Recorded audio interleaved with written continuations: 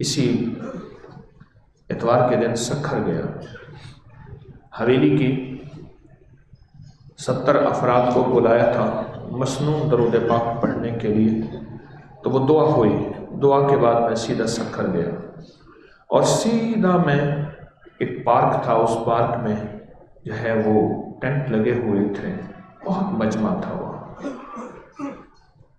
سیلاب زدگان کی تلاش کے لیے ہم نے کوشش کی اور دانستہ دیر کی کہ جب ہر طرف سے سیلاب کا یہ اعلان ختم ہو جائے، ہر طرف سے، تو پھر گاؤں میں جا جا کے ہمارے مخلصین نے لوگوں کو تلاش کیا، ایسے لوگوں کو جن تک آج تک امداد نہیں پہنچی، لوٹنے والوں نے باہر ہی سے لوٹ لیا، وہیں ٹرک کو کھڑا کر کے لوٹ کے چلے گئے۔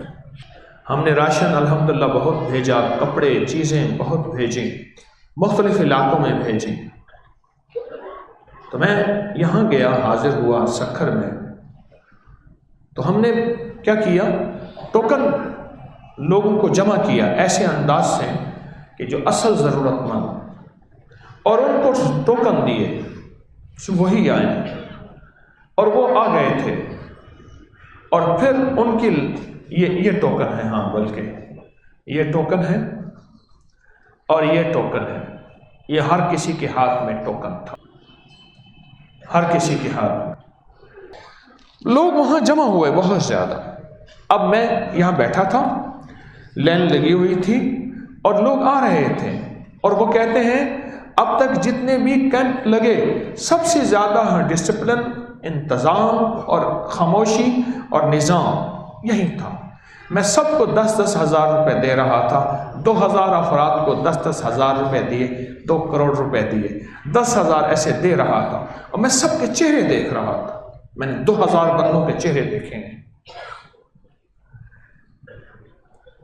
اور اکثر اس میں، اور الحمدللہ میں نے جس کو بھی دیا نا، بسم اللہ وعلی برکت اللہ، بسم اللہ وعلی برکت، بے ساختہ میرے منہ سے نکل رہا تھا، اور 2000 افراد ایسے لے کے جا رہے تھے، لے کے جا رہے تھے، لے کے جا رہے تھے، اور میں سب کے چہرے دیکھ رہا تھا، سب کے چہرے دیکھ رہا تھا۔ اور آپ کو انوکھی بات بتاؤں، انوکھی بات اور حیرت انگیز بات ہے، اور انوکھی بات ہے اور حیرت انگیز بات ہے، پتہ کیا ہے؟ مجھے پہلی دفعہ گاڑی میں نیند آ گئی۔ مجھے نیند نہیں آتی سفر کے دوران، میں وہ ہوں جو جگاتا ہوں، خاص طور پہ گاڑی چلانے والے کو۔ مجھے نیند آ گئی اور مجھے کہنے لگے آپ پونا گھنٹہ سو گئے۔ میری حیرت رہی، یعنی میری تاریخ میں ہے مجھے سفر کے دوران نیند نہیں آتی، اور مرشد ویسے ہی میری 1991 میں نیندیں لے گیا تھا۔ اچھا پھر اٹھا، پھر تھوڑی دیر کے بعد پھر نیند آ گئی، اور مجھے حیرت ہوئی، میری یہ سفر کا انوکھا سفر ہے۔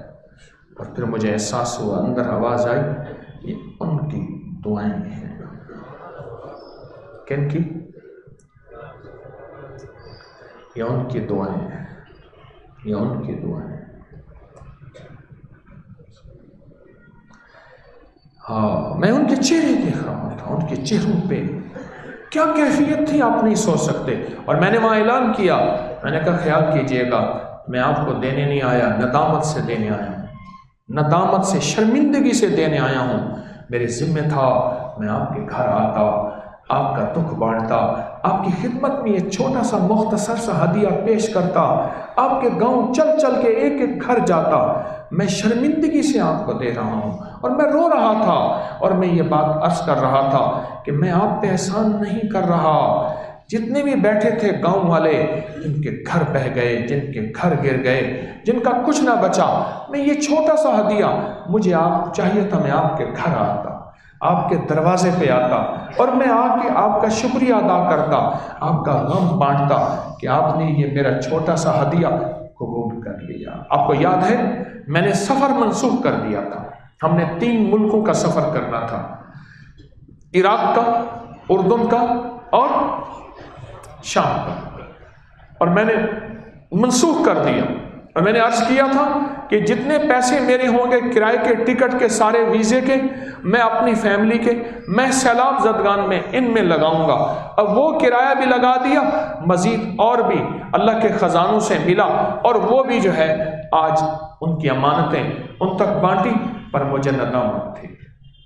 کیا ندامت تھی؟ میں ان کے دروازوں پہ جاتا، دروازہ کھٹکھٹاتا، وہ چل کے کیوں آئے؟ مجھے چل کے جانا تھا۔ وہ چل کے کیوں آئے؟ مجھے چل کے جانا تھا۔ ان کی عظمتیں بہت زیادہ، وہ حالات کے پیچھے ہوئے، وہ تقدیر کے مارے ہوئے۔ ہاں، تقدیر، حالات پر ندامت۔ میں نے ان سے باقاعدہ ندامت کی، میں ان سے معذرت کی، سارے پنڈال میں نے ان سے معذرت کی کہ مجھے آپ کے دروازے پہ چل کے آنا تھا، آپ کی گلیوں میں، آپ کے کوچوں میں، آپ کے گھرے ٹوٹے گھر، بارشیں بہہ گئی، جانور بہہ گئے، گھر بہہ گئے۔ یقین جانیے ان کے چہرے کی کیفیتیں میں نہیں بھلا سکتا۔